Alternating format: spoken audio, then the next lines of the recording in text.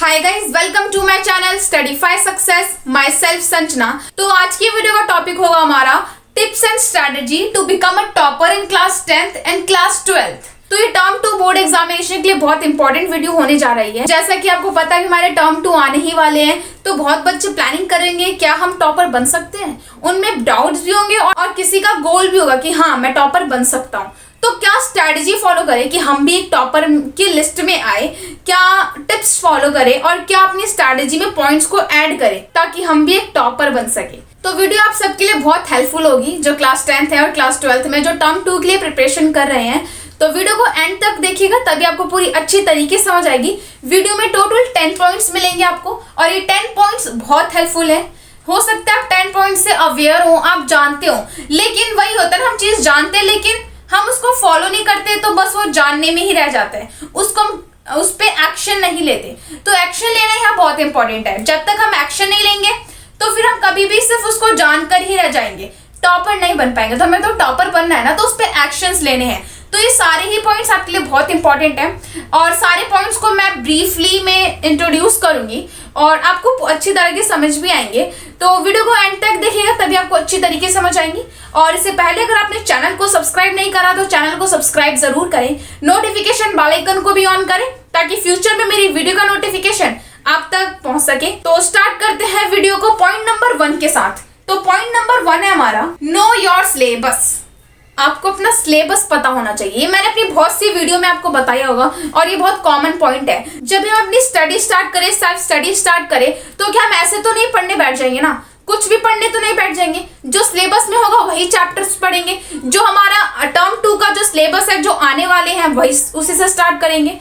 तो अपना सिलेबस पता होना चाहिए। जब सिलेबस पता होगा ना तो हमारा गोल, हमारे एम्स क्लियर होंगे। तब हमें कोई भी ज्यादा डिस्ट्रैक्शन नहीं आएगी कि हाँ मुझे तो सिलेबस ही नहीं पता, तो अब आगे कैसे फोकस करना पड़ेगा।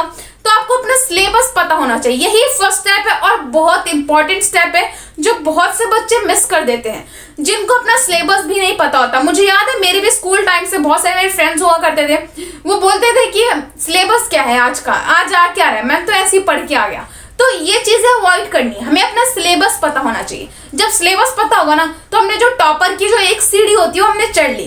तो पॉइंट नंबर 2 पे चलते हैं। पॉइंट नंबर 2 है हमारा मेक स्टडी शेड्यूल। अपना स्टडी शेड्यूल तो बनाओ। हम ऐसे तो पढ़ने नहीं बैठ जाएंगे ना, हमें अपना सिलेबस पता लग गया, हमने फर्स्ट स्टेप ले लिया। सेकेंड स्टेप है स्टडी शेड्यूल। पढ़ना कैसे है, ऐसे ही पढ़ना है, कुछ भी उठा के कोई भी बुक से स्टार्ट कर देना है। स्टडी शेड्यूल होना चाहिए ना हमारे पास। ये नहीं कि जो हमारा फेवरेट सब्जेक्ट है उसी को पढ़ रहे हैं, उसमें तो हमें टॉपर नहीं बनना, हमें तो एक टॉपर बनना है क्लास का। जो टॉपर क्या होता है, जो हर एक सब्जेक्ट में उसके अच्छे मार्क्स हो। तो जो हमारा फेवरेट सब्जेक्ट है अगर हम उसी को पढ़ते रहेंगे, या कोई ऐसे बच्चे होते हैं जिनका वीक सब्जेक्ट होता है उसको ही पढ़ते हैं ताकि उसमें अच्छे मार्क्स आ जाए। तो अगर हम ऐसा करते हैं तो फिर हम नहीं टॉपर बन सकते ना, क्योंकि हम एक ही सब्जेक्ट पे फोकस दे रहे हैं, सारे सब्जेक्ट्स को तो नहीं पढ़ रहे।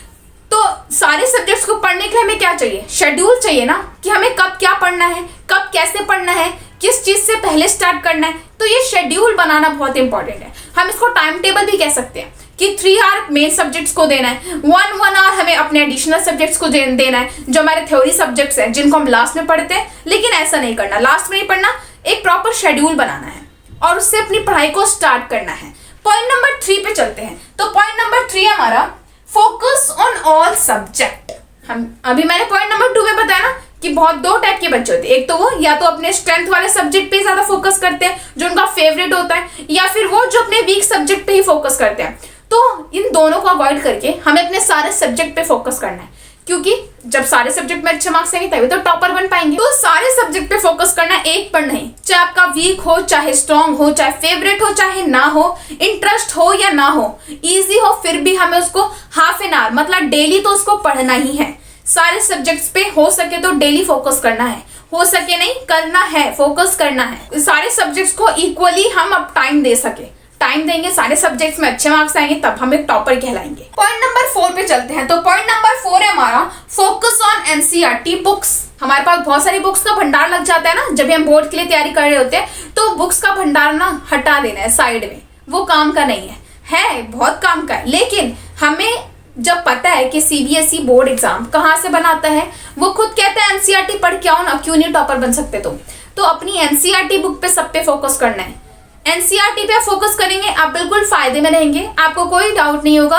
आप उससे ही अपने कॉन्सेप्ट क्लियर करिए, उसी से अपने क्वेश्चन सॉल्व करिए, वही एक्सरसाइज बैक एक्सरसाइज को सॉल्व करिए। और अगर आपने ऐसा करते एनसीईआरटी को साइड रख के आप सोचते हैं कि मैं दूसरे बुक से पढ़ लेता हूँ वो भी इसी की तरह, तो ये गलत है। फिर शायद हम टॉपर ना बन पाए, क्योंकि सीबीएसई जो है हमारा एग्जाम जब एनसीईआरटी से बनाता है उसने खुद बोल रखा है, तो क्यों ना हम एनसीईआरटी को हम ज्यादा टाइम क्यों नहीं देते।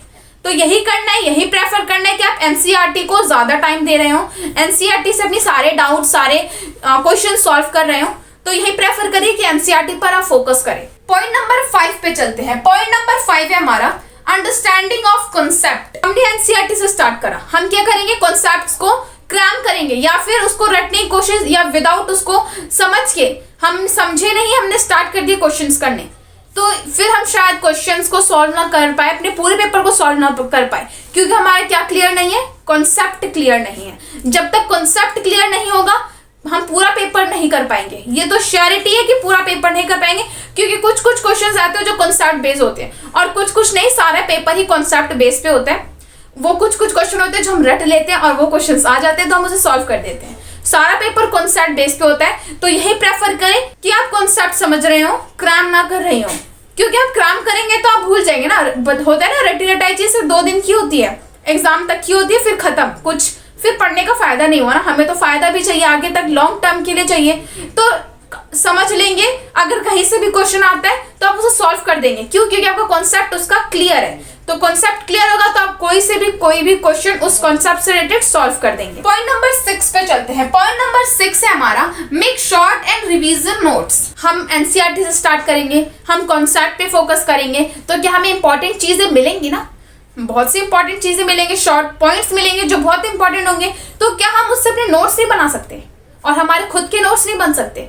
ऑफ कोर्स बन सकते हैं, हम अपने नोट्स बना सकते हैं, तो हम क्यों नहीं प्रेफर करते? हमने एनसीईआरटी से स्टार्ट कर दिया, हमने कॉन्सेप्ट समझना स्टार्ट कर दिया, तो ऐसे बहुत से पॉइंट्स मिलेंगे जो बहुत इंपॉर्टेंट होंगे, तो यही प्रेफर करें उनके शॉर्ट नोट्स बनाते हुए चले। शॉर्ट नोट्स आप बनाते हुए चलेंगे तो आपके बाद में वो रिवीजन नोट की तरह काम आएंगे, क्योंकि शॉर्ट पॉइंट्स, हम पूरी बुक तो नहीं पढ़ेंगे ना, फिर एनसीईआरटी एग्जाम टाइम पे हम पूरी बुक तो पढ़ेंगे नहीं, हम क्या करेंगे, जो हमारे नोट्स होंगे उसको ही रिवाइज करके जाएंगे। तो अभी से ही आप अपने शॉर्ट नोट्स, रिवीजन नोट्स बनाते हुए चलें। शॉर्ट एंड रिवीजन नोट्स बनाएंगे तो आपके एग्जाम टाइम तक काम आएंगे, वो एग्जाम के बाहर या फिर उससे पहले अगर आपको रिवाइज करना हो तो आप कर सकते हैं, क्योंकि उसमें आपने शॉर्ट पॉइंट्स लिखे, इंपॉर्टेंट चीजें लिखी है।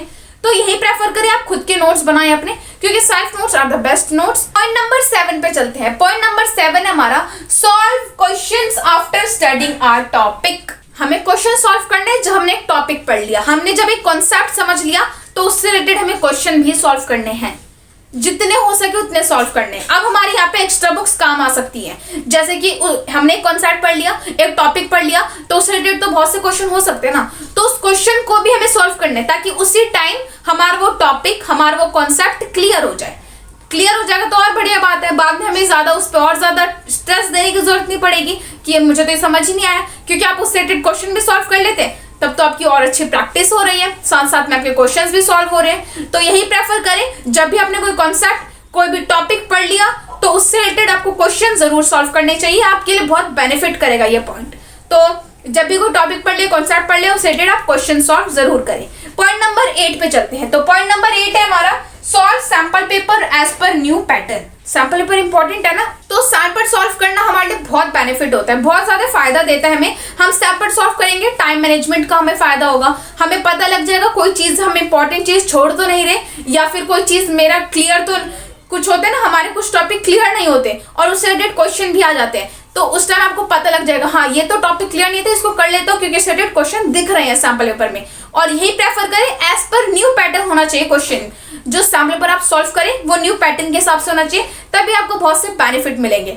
तो सैंपल पेपर सॉल्व करिए, सैंपल पेपर सॉल्व करेंगे तो आप एग्जाम टाइम पे और अच्छी तरह लिख पाएंगे। बहुत सारे बच्चे की प्रैक्टिस नहीं होती, कहते हैं कि हमारा पेपर आधा छूट गया, इसलिए छूट गया क्योंकि हमने सैंपल पेपर सॉल्व नहीं करा, क्योंकि सैंपल पेपर हमारा इस तरीके का क्वेश्चन पेपर ही होता है, तो अगर आप उसे सॉल्व करेंगे तो आपकी और ज्यादा प्रैक्टिस होती जाएगी। पॉइंट नंबर 9 पे चलते हैं। तो पॉइंट नंबर 9 हमारा regular revision. Sample paper solve कर लिया, क्वेश्चन सॉल्व कर लिया, टॉपिक समझ लिया, कॉन्सेप्ट समझ लिया, नोट्स बना लिए, लेकिन इतना सफिशिएंट बिल्कुल नहीं है। हमने सब कुछ कर लिया, शेड्यूल बना लिया, एनसीईआरटी पर फोकस कर लिया, नोट्स बना लिए, कॉन्सेप्ट समझ लिए, उससे रिलेटेड क्वेश्चन सॉल्व कर लिए, सैंपल पेपर सॉल्व कर लिए, लेकिन फिर भी लास्ट टाइम पे ये होता है कि मैंने जितना पढ़ा था भूल गया।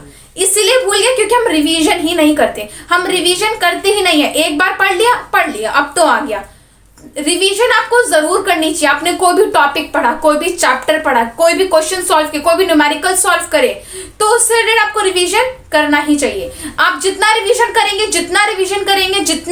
करेंगे आपके डाउट्स और क्लियर होते जाएंगे।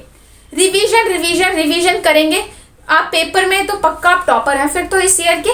तो यही प्रेफर करें कि आप रेगुलर बेसिस पे रिवीजन करें, ये नहीं कि डेली बेसिस, वीक वाइज या रिवीजन कर सकते हैं। सैटरडे संडे आप रिवीजन का टाइम दे सकते हैं, या तो daily basis half an hour का आपको रिवीजन रखना चाहिए। आपने पूरे दिन में जितना पढ़ा उतना आप हाफ एन आवर में आप उतना रिवाइज कर लेंगे। तो रिवीजन मस्ट है, रिवीजन करना बहुत जरूरी है। तो अभी हमें अपने ऊपर और ज्यादा कॉन्फिडेंस हो पाएगा कि हाँ मैंने जितना पढ़ा, अब लग रहा है कि हाँ कुछ पढ़ा है। बाद में ये नहीं होगा कि पढ़ा हुआ मैंने याद ही नहीं है, इतना पढ़ा था याद नहीं है। इसलिए याद नहीं क्योंकि हम ये 9th पॉइंट मिस करते हैं, रेगुलर रिवीजन हम मिस करते हैं। तो रेगुलर रिवीजन इंपॉर्टेंट है और रेगुलर बेसिस पे रिवीजन बहुत इंपॉर्टेंट है।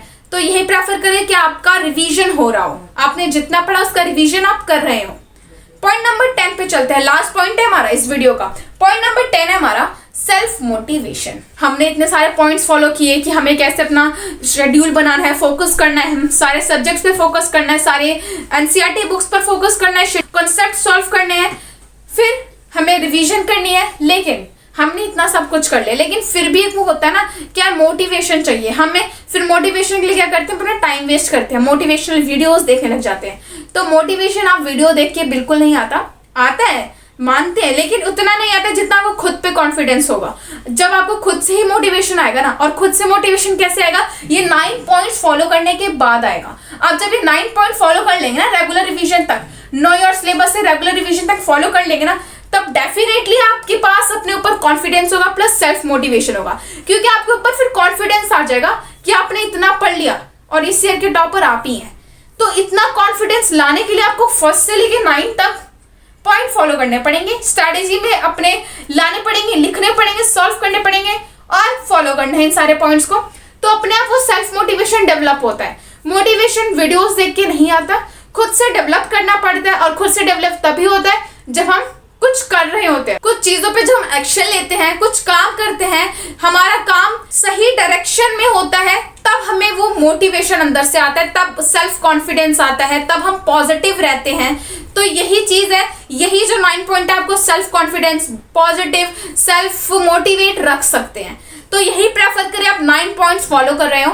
और आई होप आपको ये सारे पॉइंट्स क्लियर हो, सारे 9, 1 to लेके 9 और 10th पॉइंट भी 10 पॉइंट तक आपको सारे क्लियर हो। और अगर कोई भी डाउट हो तो आप मुझे कमेंट कर सकते हैं या फिर सोशल मीडिया पर कांटेक्ट कर सकते हैं। सोशल मीडिया की लिंक्स आपको डिस्क्रिप्शन बॉक्स से मिल जाएंगी।